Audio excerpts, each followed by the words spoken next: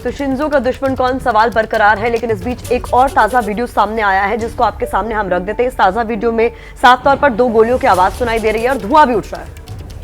ये देखिए तस्वीर हम आपको दिखा रहे हैं। इससे पहले भी हमने आपको दूसरे एंगल से तस्वीर दिखाई थी, उसमें भी धुआं उठता दिखा था।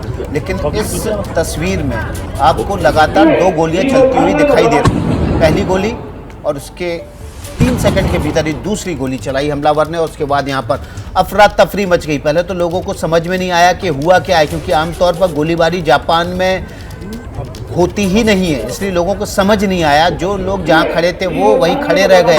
पास में जो उनके क्लोज सर्कल में सिक्योरिटी ऑफिसर थे वो भाग दौड़ करने लगे। कुछ ऑफिसर्स ने शिंजो आबे को संभाला और कुछ इस हमलावर को काबू करने में जुट गए। जो ये तस्वीरें दिखा रही हैं किस तरह से शिंजो आबे पर नारा के इस्तेराए पर, जहां पर वो चुनावी सभा को संबोधित कर रहे थे, वहां हमला हुआ। पहली गोली चली तो शिंजो आबे खड़े ही रह गए। दूसरी गोली जब चली उसके बाद शिंजो आबे गिरे और इसी दौरान वहाँ भगदड़ हो गई। हमलावर को पुलिस ने काबू किया और शिंजो आबे को अस्पताल पहुँचाया गया। तकरीबन 11:30 बजे की ये घटना है। उच्च सदन में जापान में चुनाव हो रहे हैं, उसी से जुड़ी एक सभा को संबोधित करने के लिए शिंजो आबे नारा पहुँचे थे। लेकिन अब बहुत सारी बातें सामने आने लगी हैं। इस हमलावर से जुड़ा हुआ ट्वीट भी सामने आया है जिसने नाराज़गी जताई है घरेलू नीतियों को लेकर। इसके अलावा चीन की तरफ से लगातार, चीन के मुखपत्र ग्लोबल टाइम्स की तरफ से जिस तरह के बयान सामने आ रहे हैं, उससे इस बात से भी इनकार नहीं किया जा सकता कि चीन शिंजो आबे की नीतियों से खुश नहीं था। और सबसे बड़ी नीति शिंजो आबे की क्वाड के स्थापना की थी, जिसने चीन की आर्थिक न केवल आर्थिक बल्कि सामरिक घेराबंदी की एशिया में ज़बरदस्त नींव डाली। हमारे साथ संजीव श्रीवास्तव, विदेशी मामलों के जानकार, वो जुड़े हुए हैं, उनका रुख कर लेते हैं। संजीव, लगातार जो अगर हम जोड़ें, डॉट्स जोड़ें, तो इस बात की ओर इशारा हो रहा है कि चीन बहुत नाराज़ था इस बात से कि शिंजो आबे ने क्वाड का गठन किया। शिंजो आबे की जो नीतियां थीं वो जापान के लिए अच्छी नहीं थी और शायद इसलिए ये हमलावर खुलकर सामने आया। कहीं ना कहीं कुछ लिंक इस्टेब्लिश हो रहा है। जी, ये जो चाइना के मुख्य स्टेट मीडिया की तरफ से, ग्लोबल टाइम्स की तरफ से जिस तरीके के ट्वीट्स किए जा रहे हैं, जिस तरीके के की बातें कही जा रही हैं, उससे ये बिल्कुल स्पष्ट है कि चाइना की जो पूरी इस नज़र है वो उस पूरी घटना पे रही है। और चाइना जाहिर है कि शिंजो आबे को बिल्कुल भी पसंद नहीं करता था। और शिंजो आबे जैसा कि आशीष जी ने अभी लेटेस्ट अपने ट्वीट में बताया कि जो घरेलू जो नीतियां हैं, जो राइट विंग की वो बात कर रहा है, जो शिंजो आबे की जो पॉपुलैरिटी को कम दिखाने की वो बात कर रहा है, उससे ये बिल्कुल स्पष्ट है कि जो चाइना का ये जो ग्लोबल टाइम्स है, जो कि एक प्रोपेगेंडा मशीन के तौर पे जाना जाता है, एक इंफॉर्मेशन वॉरफेयर, एक साइकोलॉजिकल वॉरफेयर के रूप में भी चाइना उसे इस्तेमाल करता है ग्लोबल टाइम्स को, वो अपने प्रोपेगेंडा को यहाँ भी चलाने से नहीं चूक रहा है। वो शिंजो आबे को इस तरीके से पेश करना चाह रहा है कि जैसे कि शिंजो आबे से वहाँ के लोग बहुत ही नाराज थे, वहाँ पे वो बहुत अनपॉपुलर हो चुके थे और इस वजह से वहाँ के लोगों ने ही किसी ने हमला कर दिया। लेकिन एक बात बहुत स्पष्ट है, संजीव, मैं आपको बीच में रोकूंगा। आशीष का जिक्र किया आपने, आशीष, लेकिन इस तरह के ग्लोबल टाइम्स के जो बयान हैं, जो बातें ग्लोबल टाइम्स की तरफ से कही जा रही हैं, वो तो विलन बना देंगे चीन को पूरी दुनिया के सामने। इस दुख की घड़ी में तो साथ खड़े होना चाहिए।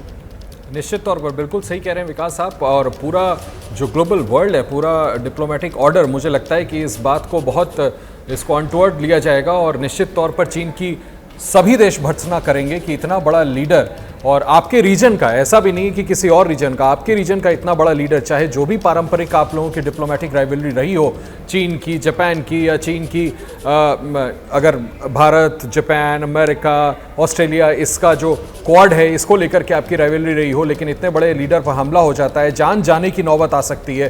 पूरा विश्व जब ये प्रार्थना कर रहा है, टॉप लीडर्स ट्वीट करके अपनी संवेदना व्यक्त कर रहे हैं और प्रार्थना कर रहे हैं कि उनकी जान की सलामती हो, बच जाए किसी तरह से, ऐसे समय पर इतना पावरफुल देश जो कि इमीडिएट नेबर है और वो लगातार एक के बाद एक अपनी स्टेट मीडिया से ट्वीट करवा रहा है और आरोप गढ़ रहा है जापान पर, जापान के खुद शिंजो आबे पर कि उनकी नीतियां, और उसका नाम देता है एबेनॉमिक्स। आप देखिए एबे को सीधे जिम्मेदार, शिंजो आबे को जिम्मेदार बता रहा है कि आपकी नीतियां थी जिसकी वजह से आपको आज ये अटैक फेस करना पड़ा। निश्चित तौर पर अलग थलग पड़ेगा, चीन की भर्त्सना होगी और खुल करके चीन का जो डिजाइन है वो एक्सपोज होता है कि ये देश आखिर स्टैंड किन नीतियों पर करता है। और मुझे लगता है आगे चलकर उसकी इस तरह के रवैये से और ज्यादा चाइना आइसोलेटेड ही होगा। विकास बिल्कुल। और संजीव श्रीवास्तव हमारे साथ बने हुए हैं। एबेनॉमिक्स शब्द का इस्तेमाल किया ग्लोबल टाइम्स ने संजीव श्रीवास्तव इस मौके पर, जब उनको शिंजो आबे के साथ जो घटना हुई उसकी निंदा करनी चाहिए, दुख की इस घड़ी में उनके साथ खड़े होना चाहिए। जी ये बिल्कुल एक उसका चरित्र एक्सपोज करता है, जैसा कि आशीष जी ने कहा कि ये जो चाइना के चरित्र को एक्सपोज करता है। चाइना कोरोना के संक्रमण काल में तो पहले ही एक्सपोज हो चुका है, पूरी दुनिया में उसकी आलोचना हो रही है। अब वो एक विश्व नेता के ऊपर जिस तरीके का हमला किया गया है, जिससे कि पूरी दुनिया सदमे में है, पूरी दुनिया प्रार्थना कर रही है, और ऐसे में ग्लोबल टाइम्स के माध्यम से लगातार जो ट्वीट्स किए जा रहे हैं और जिस तरीके के जो है बातें शिंजो आबे के बारे में लिखी जा रही हैं, वो जाहिर है कि एक निंदाजनक बातें हैं। इस तरीके की बातें जो चाइना अपने आप को एक ग्लोबल पावर के रूप में दिखाने की कोशिश करता है, वो दिखाने की कोशिश करता है कि बड़ी महाशक्ति के रूप में, एक जिम्मेदार राष्ट्र के रूप में अपना रोल प्ले करेगा। वो कहीं से भी जो इस समय का जो चाइना का स्टेट मीडिया का व्यवहार है, वो कहीं से भी इस बात को नहीं दर्शाता कि चाइना ऐसा कोई जिम्मेदारी भरा कदम उठा सकता है, ऐसा कोई जिम्मेदारी भरा उसका व्यवहार हो सकता है। ये चाइना के वास्तविक चरित्र को, जो कि नकारात्मक चरित्र है, जो कि विस्तारवादी है, उपनिवेशवादी है, अवसरवादी है, आधिपत्यवादी है, उसको एक्सपोज करता है। और मैं आशीष जी से बिल्कुल सहमत हूं कि इस तरीके के अगर ट्वीट्स, इस तरीके के व्यवहार को अगर चाइना की स्टेट मीडिया दर्शाती है, तो आने वाले समय में चाइना और फर्दर आइसोलेट होगा। उसकी विश्व में कड़ी भर्त्सना की जाएगी, कड़ी आलोचना की जाएगी। और यदि शिंजो आबे के लिए प्रार्थना की जा रही है, यदि उनको कुछ हो जाता है, कोई ऐसी एक नकारात्मक खबर सामने आ जाती है, तो ऐसे में चाइना का ये जो व्यवहार है पूरे विश्व में भर्त्सना का पात्र बनने जा रहा है। चाइना का ग्लोबल टाइम्स हम जानते हैं कि वो एक साइकोलॉजिकल वॉरफेयर का टूल है, एक इंफॉर्मेशन वॉरफेयर का टूल है, वो हम जानते हैं। लेकिन एक इतने संवेदनशील समय में कि जब प्रार्थनाएं की जा रही है पूरे विश्व में, हर व्यक्ति जो है चिंतित है कि उनकी स्वास्थ्य को कैसे लाभ हो, कैसे एक नॉर्मल लाइफ में आए। ऐसे में इस तरीके के ट्वीट्स करना, उन्हें अनपॉपुलर बताना, वहाँ पे किस तरीके से उनकी नीतियां इसके लिए जिम्मेदार हैं, वगैरह वगैरह, ये चाइना के वास्तविक चरित्र को, नकारात्मक चरित्र को एक्सपोज करता है। बिल्कुल संजीव, हम आशीष का रुख कर लेते हैं। आशीष, आखिरी जो क्वाड की मीटिंग हुई वो जापान के टोक्यो में हुई, और वहाँ से जो एक स्टेटमेंट, साझा बयान आया, वो चीनी कंपनी हुआवेई के खिलाफ आया था।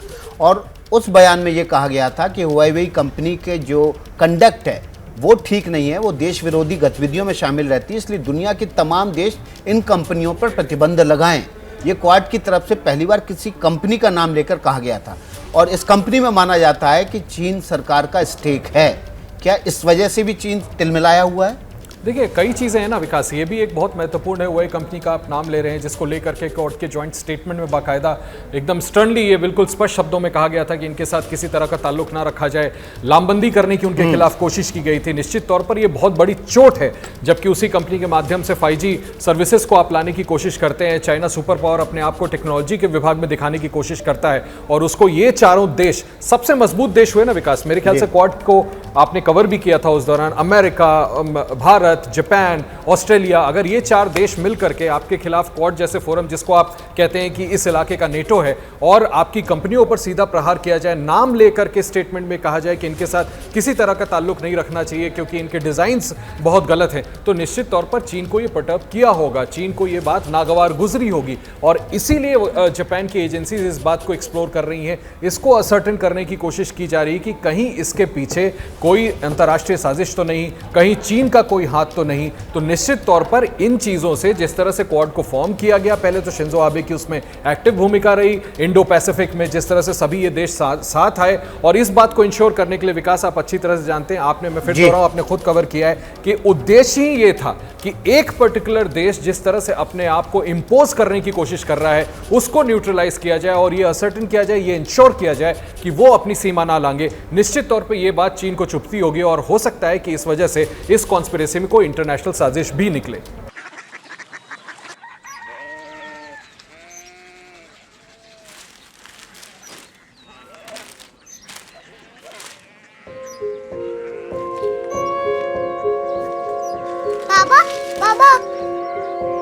कोरिया सिटी जानी ना।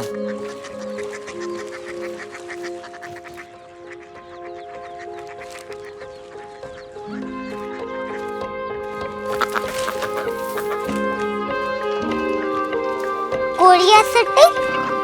हाँ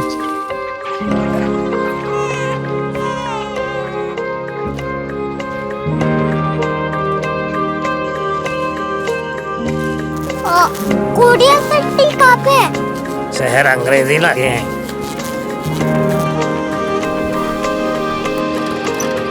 कोरिया सिटी।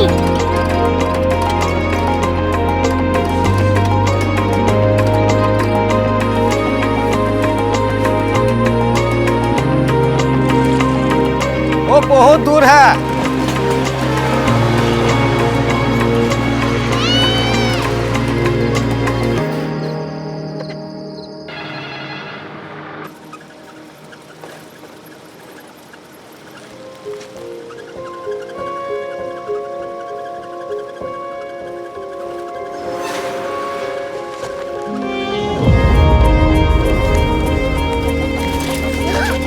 Korea city.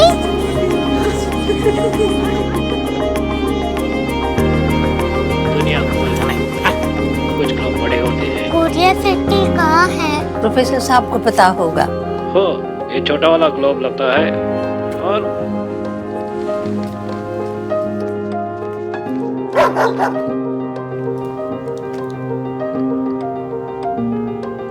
पता नहीं, मेरी बेटी से जाके मिल लो, शायद उसे मालूम हो।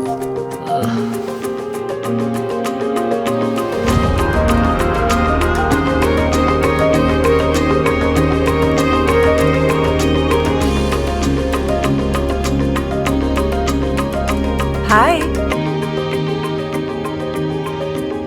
बाबा ने भेजा है। Come here. Korea city. Korea city नहीं, क्यूरियोसिटी। वो क्या? That's what brought you here. जो तुम्हें यहाँ तक ले आया। क्यूरियोसिटी।